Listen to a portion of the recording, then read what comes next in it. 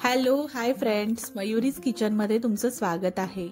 आजची किचनमधली रेसिपी आहे healthy vegetable उपमा। इथे मी गाजर, शिमला मिरची, कोबी, मटार अशा भाज्या घेतल्या आहेत। तुम्ही इथे तुमच्या आवडीनिवडीप्रमाणे भाज्या घेऊ शकता। तसेच शेंगदाणे, काजू, फोडणीसाठी कांदा, टोमॅटो, आलं, लसूण, मिरची, कढीपत्ता, लिंबू इतकं साहित्य मी घेतलं आहे। तसेच मी उपमाचा मेन इंग्रेडियंट जाडा रवा 1 कप घेतला आहे। सर्वात आधी कढई तापली की त्यामध्ये एक मोठी पळी मी तेल घेतलं आहे। तेल गरम झालं की त्यामध्ये पाव चमचा मोहरी, पाव चमचा जिरे आणि पाव चमचा उडीद डाळ मी तेलात घालणार आहे। ते चांगलं तडतडलं की त्यामध्ये आपण बारीक चिरून घेतलेली मिरची घालणार आहोत। त्यानंतर कढीपत्ता घालणार आहोत।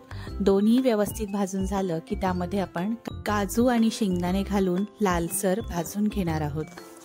दोन्ही व्यवस्थित भाजून झाले की त्यामध्ये मी 2 बोर मिरच्या घालणार आहे। बोर मिरच्यांची टेस्ट ही उपमामध्ये खूप छान लागते। आता यामध्ये बारीक चिरलेला कांदा घालून घेणार आहे। कांदा छान लालसर भाजून घेणार आहे। कांदा लालसर भाजून झाला की त्यामध्ये आपण टोमॅटो घालून घेणार आहोत। टोमॅटो थोडेसे सॉफ्ट झाले की आपण बारीक चिरून घेतलेल्या भाज्या घालून घ्यायच्या आहेत। इथे मी सर्व भाज्या ह्या बारीक चिरून घेतल्या आहेत, म्हणजे त्या लवकर शिजतील आणि उपमाला जास्त वेळ लागणार नाही। खूप साऱ्या भाज्या घातल्यामुळे हा उपमा फार पौष्टिक झाला आहे। भाज्या थोड्या सॉफ्ट झाल्या की त्यामध्ये आपण रवा भाजून घ्यायचा आहे। रवा जास्त भाजायचा नाही, नाहीतर उपमा फार करकरीत लागतो। 2 मिनिटं मंद आचेवर मी हा उपमा भाजून घेतला आहे। उपमा व्यवस्थित भाजून झाला की त्यामध्ये मी चवीनुसार मीठ आणि साखर घालून घेणार आहे। मिश्रण पुन्हा एकदा नीट व्यवस्थित मिक्स करून घ्यायचं आहे। आता आपण यामध्ये पाव लिंबूचा रस पिळून घालायचा आहे।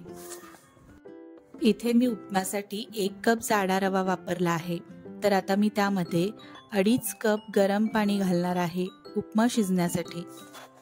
आता हे मिश्रण व्यवस्थित ढवळून घ्यायचं आहे आणि या स्टेजला मीठ कमी जास्त आहे का ते चेक करायचं आहे। आता कढईवर झाकण ठेवून 5 ते 7 मिनिटं मंद आचेवर आपल्याला त्याला वाफ आणून छान शिजून घ्यायचं आहे। ट्रस्ट मी, घरी एकदा असा उपमा करून पहा, मला खात्री आहे हा तुम्हाला नक्की आवडेल। तुम्हालाही माझी आजची रेसिपी कशी वाटली हे कमेंट्सद्वारे कळवा। चॅनलवर नवीन असाल तर मयुरीज किचनला सबस्क्राईब करायला विसरू नका। व्हिडिओ संपूर्ण पाहिल्याबद्दल धन्यवाद।